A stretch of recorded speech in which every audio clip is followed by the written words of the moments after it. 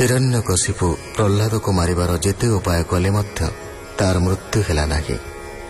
पुत्रर महानुभवता अनुभव करने फल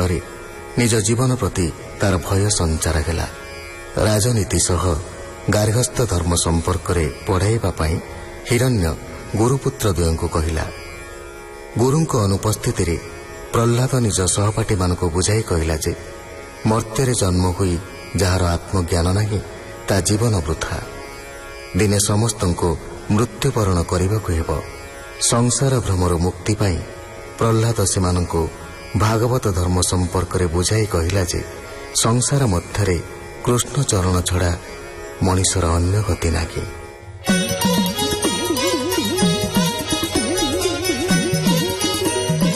प्रह्लादोवाच संसारे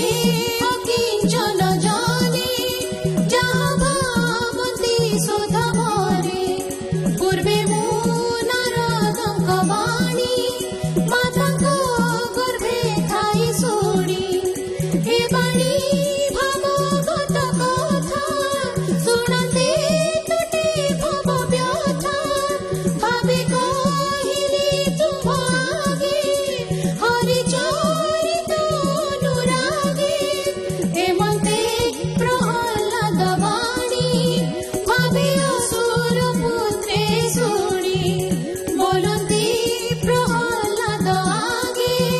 तुल्य बयस अनुरागे।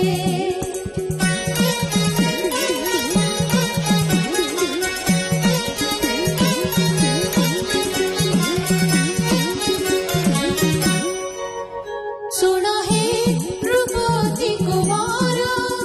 आम्भे जे संगति तोहर तोहर भिन्न गुरु नाही हे विद्या संपादि लुकाही तुहि तो बालक विभारे निरते थूत पुरे स्वभावे स्त्रीलिंग मंदिर देवदानवे अगोचर तहि भीतरे थाउ तुहि महत संग तोर नाही तोहर पादे नमस्कार संशय छिद तु आम्भर।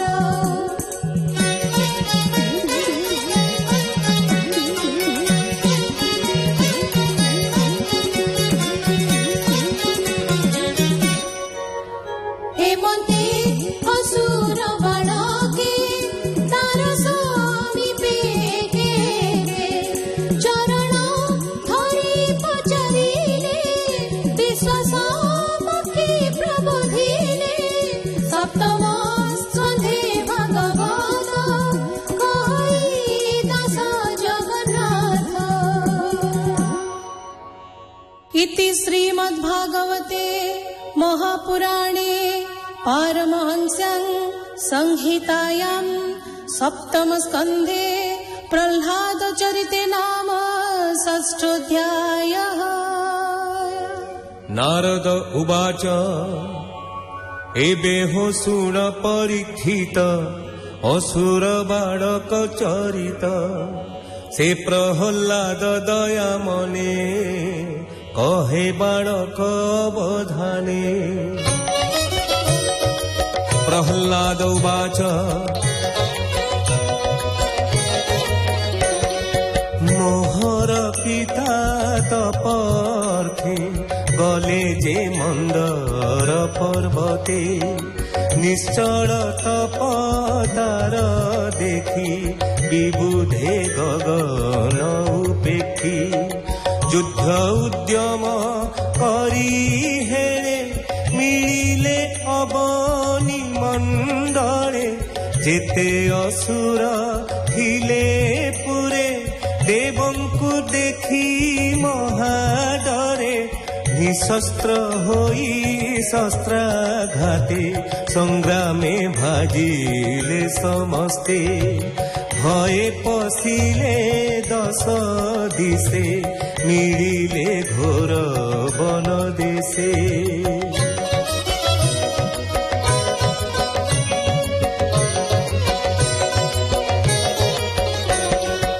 ବୃହକଳତ୍ର ପୁତ୍ର ଏଡ଼ି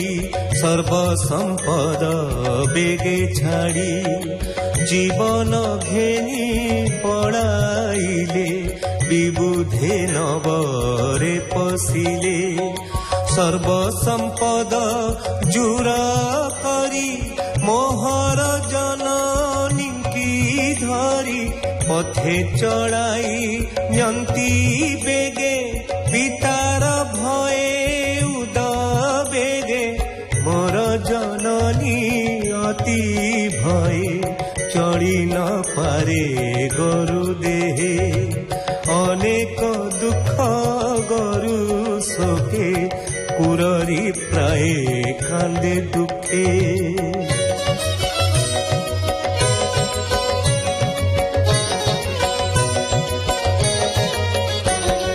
ହେମନ୍ତେ ଗଲେ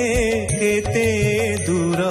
କାନନେ ବ୍ରହ୍ମାଙ୍କ କୁମର ମୋର ଜନନୀ ଦେଖି ପଥେ ମିଳିଲେ ଦେବଙ୍କ ଅଗ୍ରତେ